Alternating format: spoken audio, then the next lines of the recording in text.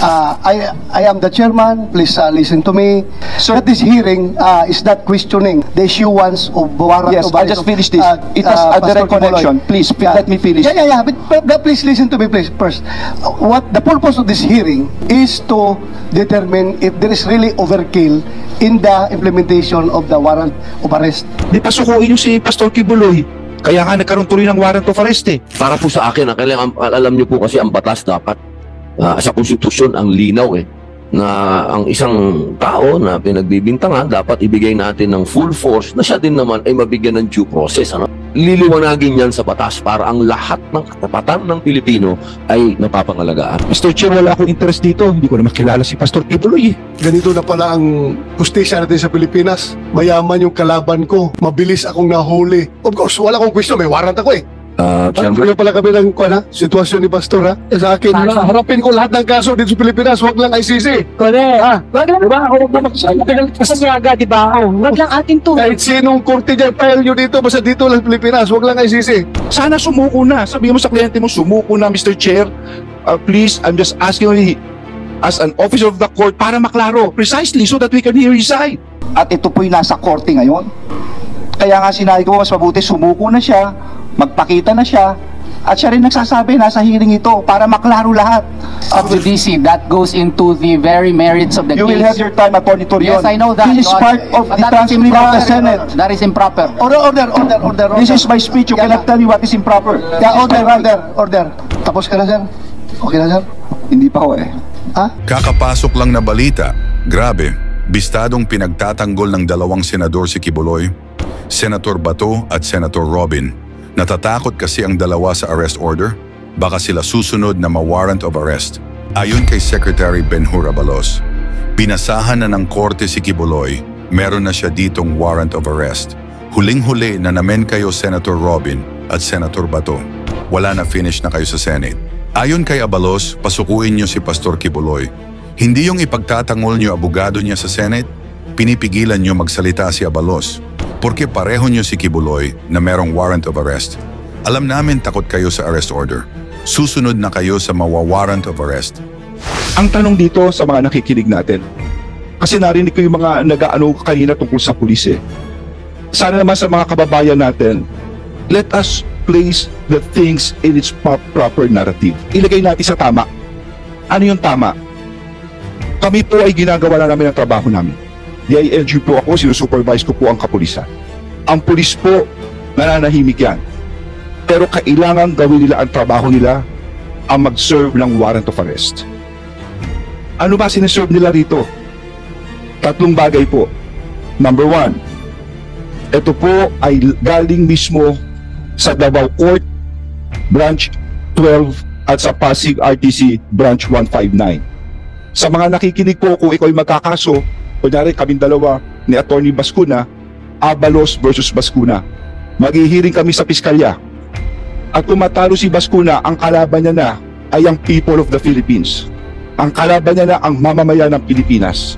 Yun na po ang nangyari rito. Sa RTC, tapos na po ito, umantong na sa people of the Philippines versus Pastor Kibuloy. At nag-issue ng warrant of arrest for child abuse, no? Ito ay ang sexual na ito ay pag-aabuso sa mga bata, no, ng criminal case number RDO 24-01439 ng Davao Branch. And another warrant for sexual abuse, no? Ito po ay sexual na pagkasamantala, no, dito rin po sa Davao. At sumunod ay ang Pasig RTC. Nag-issue na rin ng warrant of arrest for trafficking in persons, no? Ito yung qualified trafficking under section 4 and 6, anti-trafficking. No bail po ito, no? No bail po ito, matindi ito. At bukod dito sa mga warrant na ito, I would also like to point out, meron din itong sa Amerika, may kaso rin ito. Conspiracy to engage in sex trafficking by force, fraud, and coercion. Pakikipagsabwatan upang isagawa ang sex trafficking sa pamamagitan ng presa, panloloko, pamimilit, pati na rin ang money laundering. No? Pero lahat po ito ay alleged. Hindi ko sinasabing guilty si Pastor Kibuloy, hindi po. No, he is deemed to be innocent until his guilt is proven. That is why may proseso tayo rito. Hinahanap siya ngayon para siya ay tumayo sa hukuman at sagutin ang mga akusasyon na ito. Yun lang po ito. At hindi lamang yun, Mr. Chairperson. Meron din tayo ngayon na Senate warrant dito mismo sa Senado na in-issue noong March 19, 2024 ni Senator Risa, ang Committee on Women and Gender Equality. No? Ito po dahil yata sa kanyang para dumano siya sa mga hearing po rito. So tatlo po ito. Sino magsaserve nito? Ang Senado and again, ang kapulisan. Hindi ko kilala si Pastor Kibuloy. Ginagalang ko ang kanyang reliyon, ang kanyang pagkatao. Pero sana maunawaan po ninyo, trabaho namin ito. Tandaan natin na ang basihan ng demokrasya ay ang hustisya at ang basihan ng hustisya ay ang batas. At yan ang pinapatupad namin. Kung hindi namin gagawin yan, babaksak ang buong bansa kung tatalikod na lang kami rito. Ngayon, ang tanong dito, bakit namin siya kailangang hanapin? Kasi seryoso. These are very serious allegations. Ang demanda niya. Hayaan kong basahin ko dito ang mismo yung testimony ng isang nagreklamo. Ang pangalan niya ay alias Amanda. Babasahin ko lang po, si alias Amanda ay umarap sa Senado sa kanyang testimony noong Enero 23, 2024. At ito po ang sinabi niya. Siya ay isang innocenting 17 years old na taong gulang na dalaga. Isa sa kanyang mga tagasunod at estudyante sa KOJC na Jose Maria College. Ito po sinabi niya. Pagtugtong ko ng 17 years old, mas naging masela na ang pinapagawa nila. Tanda ko pa, September 1, 2014, kasi kakatapos na ng tribute program ng KGC. Tutulog na sana ako. Pero sabi ng isang kasamang pastoral worker, magpunta daw ako sa dining area ng Bible School dahil pinapatawag ako ni Jacqueline Roy. Sabi niya, parte daw ng trabaho ng Ministry of the Pastorals na imasahe si Kibuloy. Sabi niya, special privilege daw ito dahil hindi naman daw lahat nahahawakan at nakakalapit sa anak ng Diyos. Sabi niya, huwag ko daw pagdudahan ng anuman na mangyayari sa loob ng kwarto kasama si Kibuloy, basta ibigay ko lang daw ang sarili ko. Bago ako maligo, pumunta si Jacqueline Roy sa kwarto at binigyan ako ng lotion na pabango ng Bath and Body Works brand, ang specific Center Enchanted na paborito daw ni Kibuloy. Pagkatapos kong maligo at mag-blow dry, pumunta ako sa kwarto ni Kibuloy sa Bible School building. Pagkatok ko sa pangalawang pinto, pinagbuksan ako ni Jacqueline Roy, inakay niya ako sa may kama ni Kibuloy. Pagkaalis ni Jacqueline, sinimulan ko na ang pagmamasahe. Gising na si Kibuloy nito. Noong itutuloy ko na dapat ang pamamasahe. Excuse me, sir. Sir, tatapusin ko lang please. Tatapusin ko lang po ito. Malapit na po. Tumayo siya at umupo sa harap ko. Sinimulan niyang tanggalin ang butones ng t-shirt ko hanggang sa tuluyan niya. Sir, I'll just finish this please. Yeah, for a while. Let me remind you that this hearing is not questioning the issuance of warrant. Yes, I'll just finish this. It has a direct connection. Please, let me finish. Yeah. But please listen to me, please. First, what the purpose of this hearing is to determine if there is really overkill in the implementation of the warrant of arrest. Yun lang man ang purpose ito. Wala kami alam kung Sir, there is direct connection. Bakit nagkakaso? There is direct. Just let me finish, Okay, Mr. Chairman. sige, go ahead. If I may, Your Honor, I think Please, tatapusin ko lang. You will have that your is time. sub You judice, will have Your your Honor. time. Sub judice, that goes into the very merits of the You case. will have your time, Attorney Torion. Yes, I know that, This is Your part Honor. of But the that is transcript of the improper, Your Senate. Honor. That is improper. Order. This is my speech. You Yeah, cannot tell me what is improper. Yeah, order. I am the chairman. Please listen to me. Let us have an orderly conduct of hearing. So please, sir, kaya kita sinabihan, the purpose of this hearing is to determine kung indeed merong overkill yung implementation ng warrant of arrest. We are not, hindi Sir. natin tinatakil dito kung anong background, bakit nagkakaroon Sir, may ng warrant. recollection po, sir. Yes, If you alam let ko, me finish. you're going to connect. But I'm just Please. reminding you, and I don't want to deprive you of your opening statement. You can continue. But pakinggan muna yung sinasabi ko na the very purpose of this is to determine if there is overkill. Thank That's you. all. Thank That's you, all. Mr. You can Chairman. continue. You Yeah. can continue. Tatapusin ko lang po ito. Anyway, this is part of the record of the Senate. Wala akong iniimbento. Lahat po ito ay galing din dito to. Noong itutuloy na kung na dapat ang pagmamasahe, tumayo siya at umupo sa harap ko. Sinimulan niyang tanggalin ang butones ng t-shirt ko hanggang natuluyan niyang tinanggal ang buong t-shirt ko. Noong nakahiga na ako, pumaibabaw sa akin si Kibuloy. Gusto kong sumigaw ng tulong at tanungin kung ano ang ginagawa niya. Pero naalala ko na bawal akong mag-question. Nanginginig na ang katawang ko sa takot at nakatitig lang ako sa kisame. Pinipigilan ko na ang mga luha ko dahil sobra akong nagulat at walang magawa. Pagkatapos ay tuluyan na akong pinagsamantalahan ni Apollo Kibuloy. Noong siya ay natapos na, pumunta ako sa CR. Tulala pa rin ako. Nakatitig lang sa kisame. At dito nagsimula akong umiyak. Point of order, Your Honor. Nais ko lang bigyang diin na minor pa ako noong nangyari ang mga ito. Bakit ko sinasabi ito? Pakinggan natin ang akusasyon. Kung hindi totoo ito, okay, may karapatan siya sabihin niya hindi totoo. Pero kung totoo ito, dapat lamang siyang managot sa batas. At dapat lamang gawin namin ang katungkulan namin. Alam kong binababoy ako, okay lang yun. Pero huwag babuyin ang bata dito. Yun lang po, yun lang po, Mr. Chair. For the record, the chair would like to express that yung lahat na sinabi ni Secretary Abalos were taken up in the previous hearing of the other committee. So that was already recorded in the Senate. So, tapos ka na, sir? Okay na, sir? Hindi pa ho eh. Ha? Sasabihin niya si ayaw niya akong patapusin eh. Your Honor, the point of order being that I think Secretary Abalos is a lawyer. That is actually sub judice, Your Honor. It is precisely the subject now of court trial before RTC Quezon City as well as RTC Pasig City.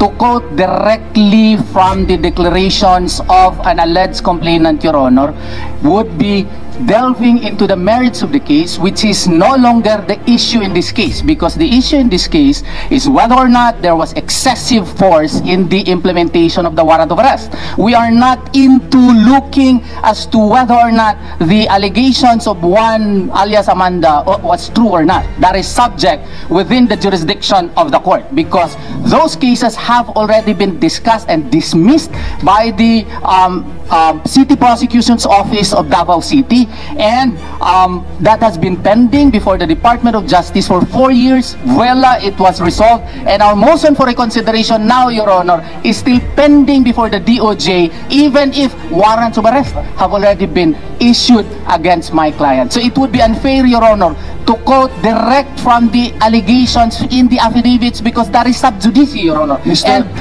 And Attorney Abalos knows that. Mr. Chairman, please. Sana nakikinig. For a while, Secretary Abalos. The chair rules that this committee is focused on investigating the subject at hand, which is the alleged overkill in the implementation of the warrant of arrest. So please, if I am asking Secretary Abalos if those issues that you are pointing is not connected to the investigation, please refrain from doing so. Mr. Chair? Yes, go ahead. Okay. I'm sorry for my voice. Okay. Sana nakikinig lang, Mr. Chair, si Atty. Torreon sa sinabi ko. Hindi ko sinasabing guilty ang kanyang kliyente. Klaro naman ang sinabi ko. He is deemed to be innocent until his guilt is proven. At ito po'y nasa korte ngayon. Kaya nga sinabi ko, mas mabuti sumuko na siya, magpakita na siya, At siya rin nagsasabi, nasa hearing ito para maklaro lahat. Because these are very serious allegations. And it's already people of the Philippines may warrant, hindi ba, Tony Torion? May warrant. Oh, Sir, may warrant. Please, order. Please, walang personal na confrontation dito. Please address all your statements to the chairman.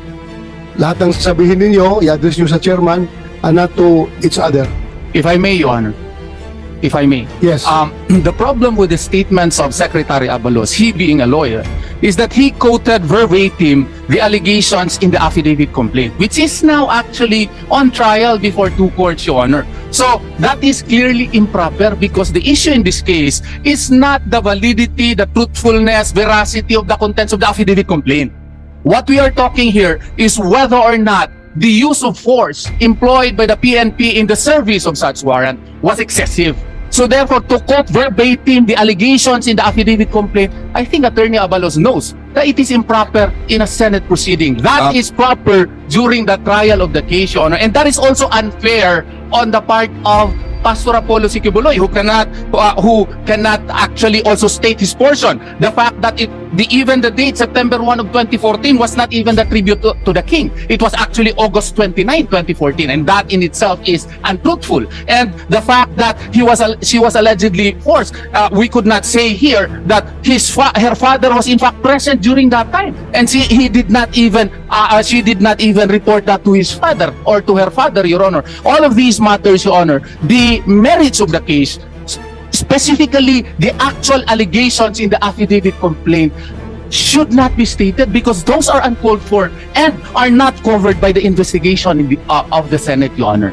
That is Mr. Chair, may I comment? ordinary rules of fairness. I will just Let him finish. Every time. Ordinary rules of fairness and decency require that, Your Honor.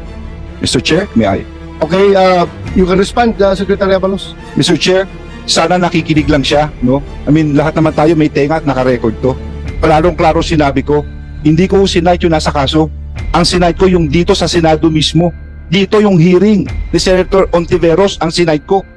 Kaya nga yung sinasabi niya akusasyon, sana sumuko na. Sabihin mo sa kliyente mo, sumuko na, Mr. Chair. Please, I'm just asking only as an officer of the court para maklaro precisely so that we can hear his side. With due respect, Before you respond, Attorney Torion, I would like to say na yung sinasabi ninyo is you may claim it as relevant to the issue at hand, but it is not germane to the investigation that we are conducting right now. So it has already been recorded in the Senate hearings. So I think there's no use of for this investigation. It's not germane already. Mr. Chair. Yes, go ahead. If I might finish kasi hindi ko pinatapos kaya hindi pa ako tapos kanina. Tatapusin ko lang. Pabayaan yung tapusin ko bakit ito may relasyon. Okay? Okay, go ahead. Bakit ito may relasyon? Klarong-klaro na huminto ang investigasyon. Huminto ang kaso. Sinasabi ni Atty. Torion ang side ng kliyente niya, hindi tuloy masabi. Huminto ang investigasyon sa Senado. Huminto sa RTC Pasig, RTC Davao. Nakakagulo ngayon ng pulis para hanapin siya. Hanggang ngayon, hinahanap po siya. Ngayon, hinahanap ito, sasabihin natin, excessive force, lahat po ginagamit.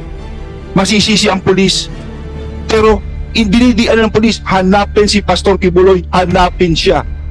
My dear friends, Mr. Chair, this has a direct correlation. Bakit? Because ang akusasyon na binasa ko calls for a direct answer. Totoo ba ito, Pastor, o hindi? Kung totoo, sige. Inosente ka, pero kung ito hindi totoo, bilang ama, hindi dapat mangyari kung sino mang anak niya nangyari ito. Hindi dapat mangyari ito maski sa kapatid niya. Yun lang ho, hustisya lang. Dapat malaman natin ang totoo dito. Ngayon, ikaw, bilang Pilipino, ano ang masasabi mo at reaksyon sa balitang ito? Mag-iwan ka ng komento sa ibaba at atin pong babasahin isa-isa.